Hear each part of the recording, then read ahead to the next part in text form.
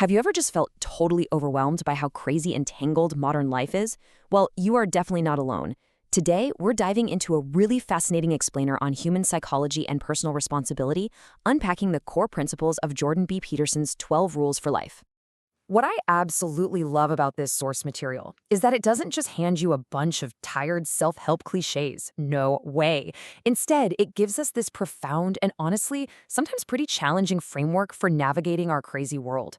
It basically demands that we hold up a mirror, look closely at our own behaviors, and take ultimate responsibility for our lives. So we've broken this explainer down into 5 main sections. We're going to start with the antidote to chaos, then talk about integrating inner strength, the actual magic of aiming small, why you absolutely need precise speech, and we'll wrap it all up with the pursuit of meaning. All right, let's jump right into section 1, the antidote to chaos, and how we balance the known and the unknown. Because, to fix our lives, we first have to really understand the environment we're actually operating in. The source focuses heavily on this massive fundamental split. On one side, you've got order. That's your security, stability, the stuff you already know. But on the other side, that's chaos. It's the unknown, it's pure possibility, but let's be real, it's also total terror. So the big takeaway here is that to find actual meaning, you can't just hide away in the safety of order. You need one foot planted firmly in the secure world, and the other foot bravely stepping into that terrifying but totally necessary realm of chaos. Because that boundary line, that is exactly where human growth happens. And this brings up a brilliant point about why we inherently need rules. The text uses the ancient biblical story of the golden calf to show that without rules, we don't just suddenly become enlightened and free. Nope, we become slaves to our own passions and we start aiming really, really low. Unchaperoned freedom doesn't liberate you. It actually just leads to self-destruction. We literally need structure to lift our gaze up above our base instincts. Moving right along to section 2, integrating inner strength, the danger of naivety. Here we're looking at a diagnosis of our modern condition and figuring out why just trying to be harmless is actually a super dangerous vulnerability. I want you to really think about this for a second. Do you negotiate fairly with yourself, or are you kind of a tyrant? We do this all the time, right? We dictate these impossible demands to ourselves and then completely beat ourselves up when we inevitably fail. But there's a harsh truth here. You have to start treating yourself like someone you are genuinely responsible for helping. Think about it. You would never treat a good friend the way you treat yourself in your own head. You've got to become a fair negotiator with your own brain. Now, this next idea completely flips conventional wisdom totally upside down. The author points out that there is very little difference between the capacity for mayhem and destruction when it's integrated and actual strength of character. He's arguing that real strength means taking your own capacity for aggression and integrating it into a force that protects you. It's not about just being naively compassionate so people can walk all over you. Honestly, if you can bite, you usually don't have to. Being harmless isn't a virtue, it's just weakness. True virtue is having teeth but actively choosing to keep them sheathed. Okay, so how do we actually do this? That brings us to the practical stuff in section 3, the magic of aiming small and the compound interest of habits. Because when the towering chaos of life feels completely overwhelming, how do we actually take responsibility?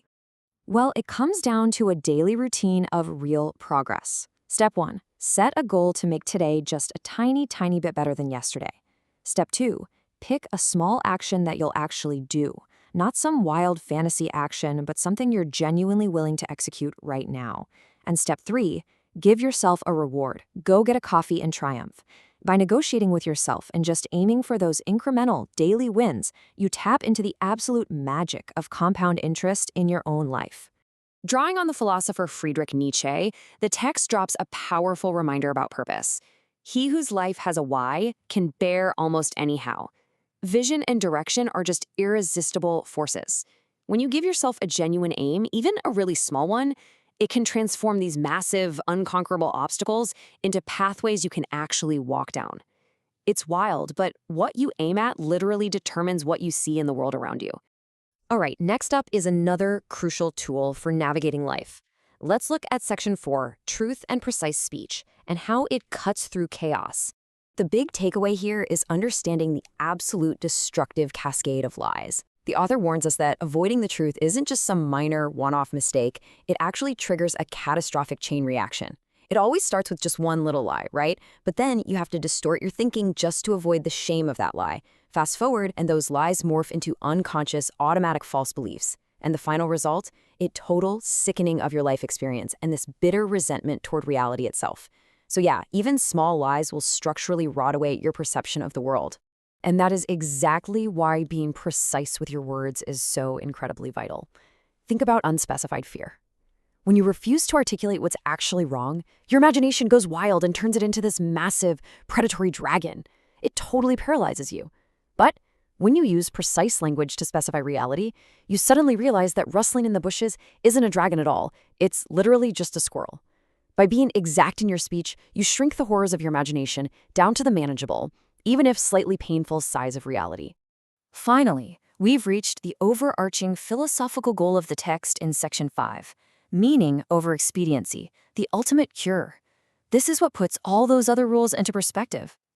Every single day, we face a pretty stark choice. On one hand, you have expediency. That's doing what's easy right now. Hiding skeletons in the closet, acting impulsively, living a shallow life. But doing the expedient thing just transfers a curse to your future self. On the other hand, we have meaning. This is like a symphony of being, a deep harmony and an atonement. While you pursue what is deeply meaningful, it harmonizes every single level of your existence, from the atomic all the way up to the cosmic. Just consider this profound definition from the text.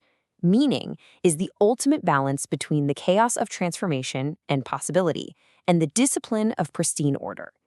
That is so powerful because it shows us that meaning isn't about running away from hardship or just chilling in your comfort zone.